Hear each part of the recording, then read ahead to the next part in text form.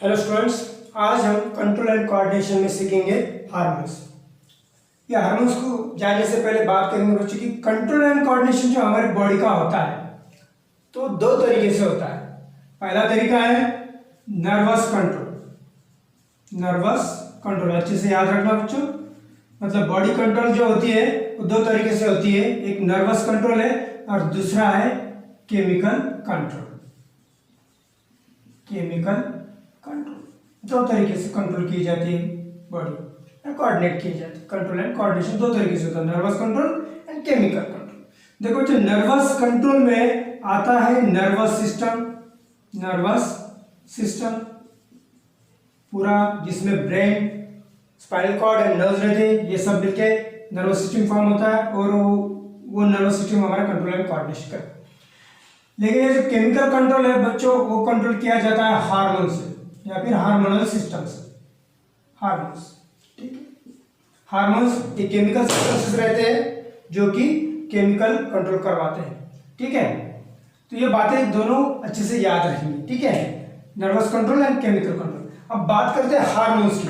Okay, जो hormones रहते हैं बच्चों, hormones are chemical substances.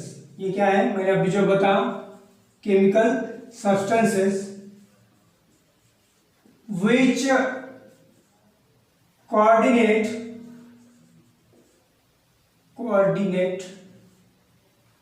our activities। Human की बात करें, ह्यूमन हार्मोन की, तो हमारे जो एक्टिविटीज है उसको कोऑर्डिनेट करने का काम ये हार्मोन्स करता है, ठीक है। These are hormones are secreted by glands, are secreted by glands. Glands रहते हैं और ग्लैंड में से वो वहां प्रोडक्शन होता है, वहां से वो सीक्रेट किए जाते हैं, ठीक है। इसको केमिकल मैसेंजर भी कहते हैं बच्चों, याद रखना, केमिकल मैसेंजर, ठीक है, क्योंकि वो मैसेज जो केमिकल है हार्मोन्स वही पूरा मैसेज लेके जाते हैं जहाँ पे इफेक्ट करना है, समझे, और बॉडी वहां उस तरह से वो कोऑर्डिनेट की जाती है, ठीक है, या फिर बॉडी ऑर्गन जो है वो कोऑर्डिनेट होते हैं। अभी बात करते हैं ग्लैंड्स की, ठीक है। मैंने तो अभी बोला कि ग्लैंड्स जो है वो हार्मोन्स को कंट्रोल करते हैं, सॉरी वहां पे प्रोडक्शन होता है, हार्मोन्स कहाँ पे प्रोड्यूस होते हैं, ग्लैंड्स में, ठीक है। अब ये जो ग्लैंड्स है बच्चों, दो टाइप के ग्लैंड्स रहते हैं, मतलब दो सिस्टम यहाँ पे फॉर्म होती है, एंडोक्राइन सिस्टम या फिर इसको हम कहेंगे एंडोक्राइन ग्लैंड्स, ठीक है, और दूसरा है exocrine glands. Exocrine, endocrine and exocrine, अच्छे से याद रखना बच्चों। और इन दोनों में मेन डिफरेंस होता है, देखो एंडोक्राइन मतलब होता है डक्टलेस, डक्टलेस, ये ग्लैंड जो होते हैं वो डक्टलेस ग्लैंड्स होते हैं, वर्ड याद रखना डक्टलेस। और exocrine have duct, have duct for secretion, secretion करने के लिए इनके पास डक्ट होते हैं और सिक्रेशन करने के लिए इनके पास डक्ट नहीं होते। तो फिर डक्ट नहीं होते तो किस तरह से सिक्रेट होते हैं, they are secreted directly into the blood, directly into the blood, ठीक है। तो इस तरह से वो ब्लड में सिक्रेट होते हैं, पूरे बॉडी में स्प्रेड किए जाते हैं। लेकिन जहां उसको देखो, यहाँ प्रोडक्शन जो है ग्लैंड्स का वो अलग जगह होता है, प्रोडक्शन साइड अलग रहती है एंड इफेक्टिव साइड अलग रहती है। लेकिन एक्सोक्राइन ग्लैंड में जहां प्रोड्यूस होते हैं वही उसके पास ही उसकी इफेक्टिव साइड रहती है, ठीक है। ये दो मतलब दो चार जो डिफरेंस है उसको अच्छे से याद रखो, ठीक है। चलो हो गया है। अब इसके बाद देखते हैं इसके एग्जांपल्स। ये बात समझ में आई, बहुत सिंपल है। ये डक्टलेस है, ये दे हैव डक्ट, ओके।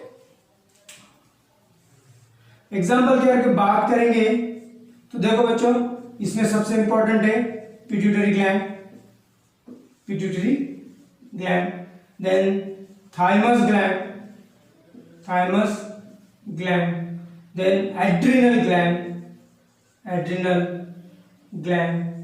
तो बहुत सारे टेस्टिस है, ओरिज है, ये सभी ग्लैंड्स है, इसके बारे में हम डिटेल्स आगे पढ़ेंगे।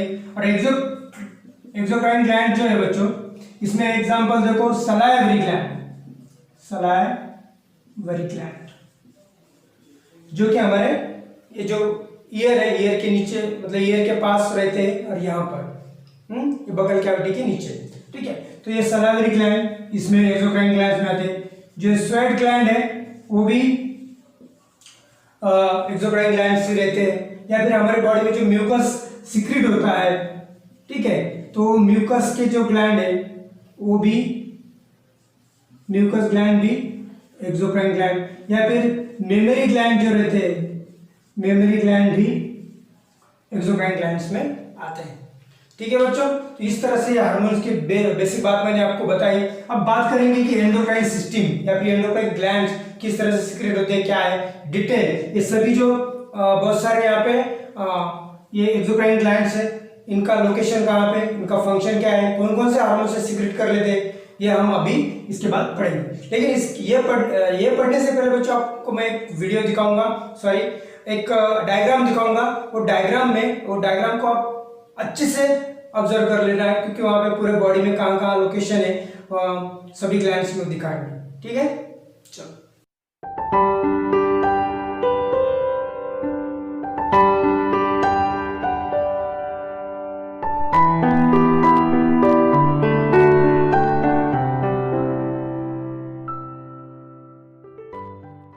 अभी आपने वो जो डायग्राम मैंने आपको दिखाया वो अच्छे से ऑब्जर्व किया होगा, ऐसा मैं आशा करता हूँ। और बच्चों अभी देखते हैं कि हर एक हार्मोन जो है कौन से ग्लैंड से रिलीज किया जाता है, उसका लोकेशन कहाँ है, कौन सा हार्मोन से रिलीज करता है और उसका फंक्शन क्या है, ठीक है। चलो सबसे पहले बात करेंगे, सबसे पहले ऊपर डायग्राम में दिखाया है कि ये पीनल ग्लैंड देखो बच्चों, इसका सेंटर जो लोकेशन है सेंटर ऑफ द ब्रेन के एकदम सेंटर में रहता है। और वो जो मेलाटोनिन नाम का हार्मोन सिक्रेट करता है। बच्चों ये आपकी बुक में नहीं दिया है, फिर भी मैंने यहाँ पे जो कि उसका नाम है डायग्राम में लिखा था, इसलिए मैंने आपको ये समझाया। तो बच्चों ये कुछ हार्मोन्स को सिक्रेट करता है, और जो हमारा स्लीपिंग पैटर्न जो है, हम जो जब सोते हैं तो वो पैटर्न को रेगुलेट कर लेता है। बच्चों इसको थर्ड आई भी कहा जाता है, क्योंकि ये स्पिरिचुअल जो वर्ड है उससे वो रिलेटेड है, ऐसा कुछ लोग समझते हैं इसके बारे में, ठीक है। देन बात करते हैं पिट्यूटरी ग्लैंड की। Pituitary gland is based on the brain, base of the brain, वहां पे वो लोकेटेड रहता है। वो ग्रोथ हार्मोन सिक्रेट करता है, जो रेगुलेट करता है हमारे ग्रोथ को, ठीक है। अगर इसकी डिफिशियंसी हो गई तो ड्वार्फिज्म हो जाता है, और ये रेगुलेटर इसका हार्मोन अगर ज्यादा सिक्रेट होगा तो उससे जायंटनेस प्रोड्यूस होता है, मतलब एक्सट्रीमली टॉल वो पर्सन हो जाता है। ड्वार्फिज्म मतलब बहुत छोटा बच्चा, उसकी हाइट कम रह जाती है। हाँ ग्रोथ, ये जो वर्ड रिलेटेड है वो लेंथ है, बोन की लेंथ वो इंक्रीज करता है, ठीक है। तो अगर ज्यादा सिक्रेट हुआ तो एक्सट्रीमली टॉल, जिसको जायंट्स कहते हैं, तो जायंट्स बन जाते हैं। अगर कम सिक्रेट हुआ तो ड्वार्फिज्म, छोटा है बच्चे, वो जो पर्सन है वो छोटा रह जाता है, उसकी हाइट बहुत कम रहती है, ठीक है। देन बात करते हैं हाइपोथैलेमस। तो हाइपोथैलेमस जो है बच्चों पिट्यूटरी ग्लैंड के ऊपर वो रहता है, वो रेगुलेट पिट्यूटरी ग्लैंड को रेगुलेट करता है। तो वो हार्मोन्स वो सिक्रेट करता है जो कि पिट्यूटरी ग्लैंड को वो रेगुलेट करेंगे और कंट्रोल द पिट्यूटरी ग्लैंड्स, ठीक है। देन बात करते हैं थायराइड। ये नेक में प्रेजेंट रहता है और वो थायरॉक्सिन नाम का हार्मोन जो है सिक्रेट करता है। और थायरॉक्सिन क्या करता है? Thyroxine metabolism of carbohydrate, protein और फैट्स को रेगुलेट करता है। इसका मेटाबॉलिज्म जो रहता है उसको रेगुलेट करता है। देखो बच्चों, ये थायरॉक्सिन प्रोड्यूस करने के लिए आयोडीन की जरूरत होती है, आयोडीन।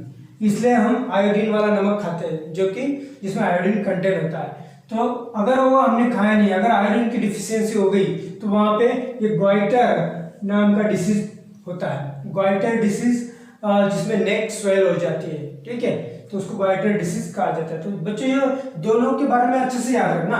पिट्यूटरी ग्लैंड है, अगर वो ग्रोथ हार्मोन सिक्रेट करता है, ज्यादा हुआ तो जायंटनेस प्रोड्यूस होता है, और कम हुआ तो ड्वार्फिज्म डिसीज के बारे में। Then thyroxine, thyroid hormone thyroxine produce करता है। थायरॉक्सिन प्रोड्यूस करने के लिए आयोडीन की जरूरत होती है। अगर उसकी डिफिशियंसी हुई तो गॉइटर नाम का डिसीज होता है, ठीक है, और वो कार्बोहाइड्रेट प्रोटीन फैट्स का मेटाबॉलिज्म रेगुलेट करता है। देन पैराथायराइड, ये नेक में प्रेजेंट रहता है behind the thyroid hormone. 4 parathyroid glands वहां पे प्रेजेंट होते हैं, ठीक है। वो पैराथार्मोन नाम का हार्मोन सीक्रेट करते हैं और वो रेगुलेट करता है calcium and phosphorus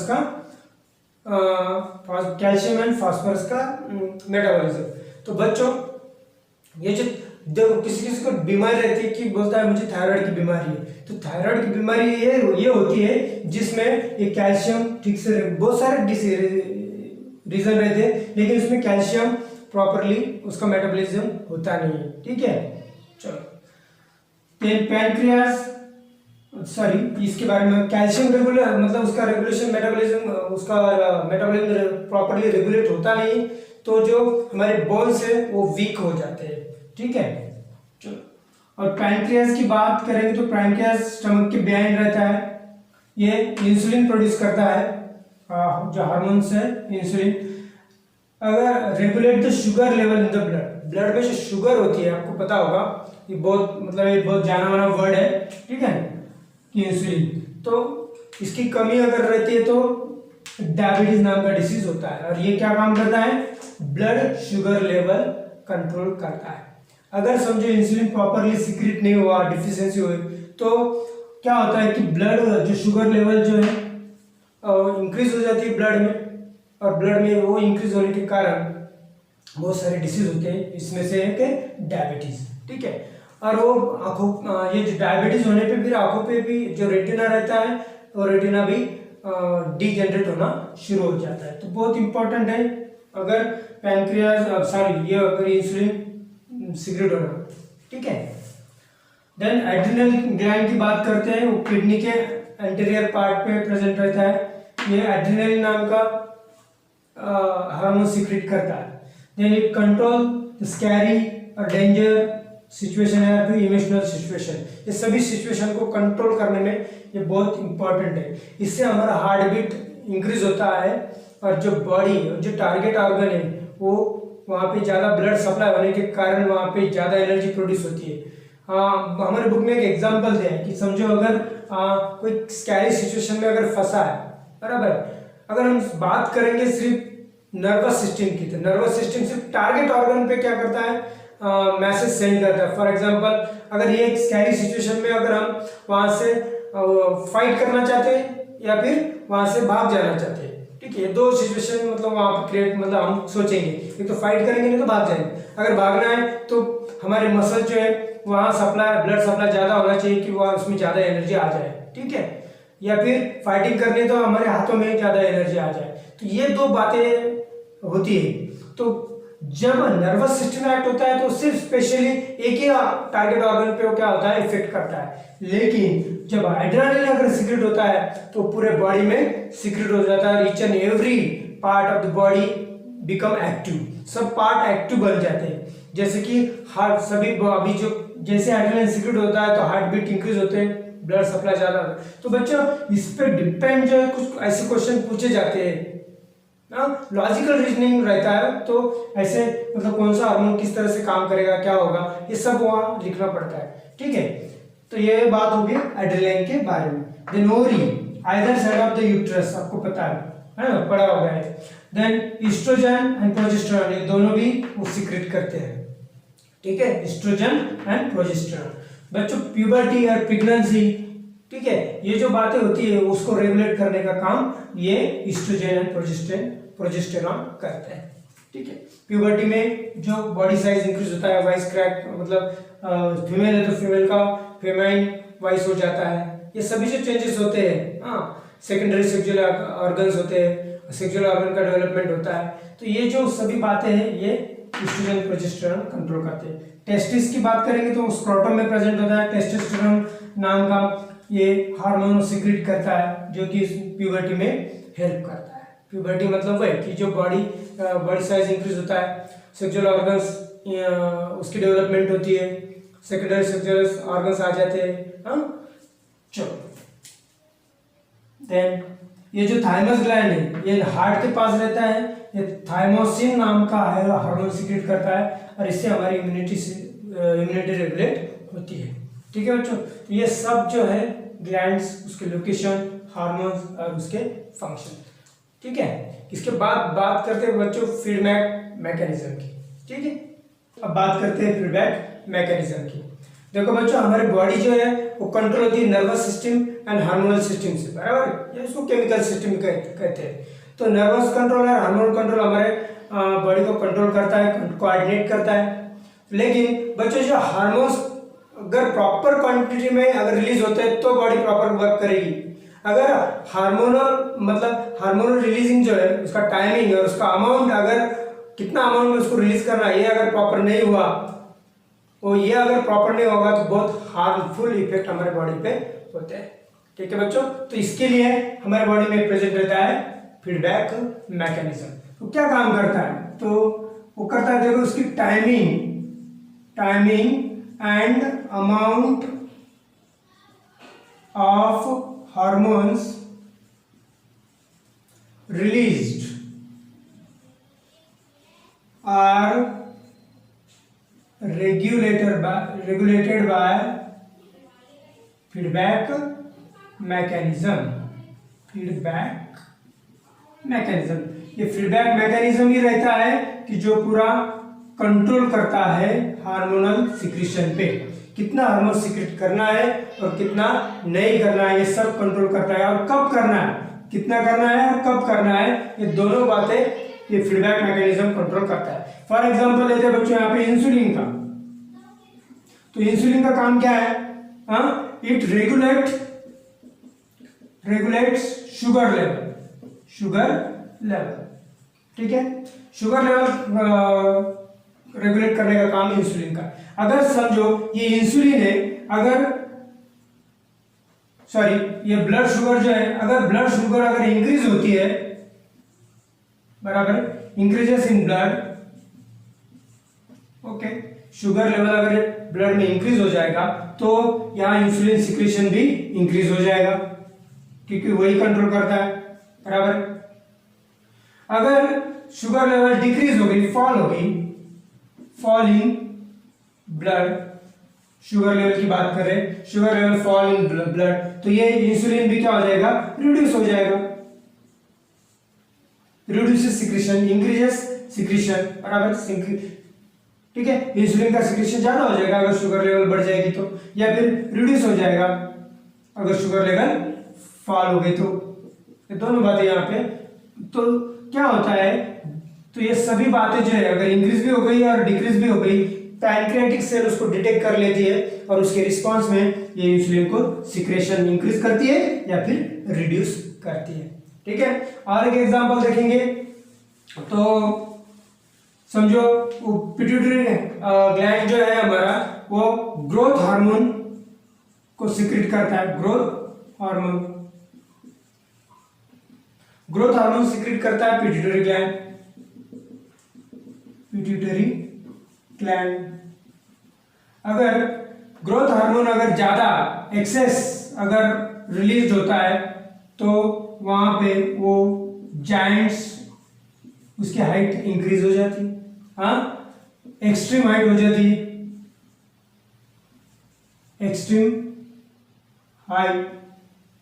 extreme toll हो जाता है, एक्सट्रीमली टॉल, बराबर है। अगर समझो ग्रोथ हार्मोन अगर रिड्यूस हो गया, reduces, then that person will become dwarfism। वहां पे डॉर्फिज्म हो जाता है, मतलब स्मॉल हाइट हो जाती हो, height of person is less, उसकी हाइट बहुत कम रहती है, डॉर्फिज्म जो जिसमें रहता है।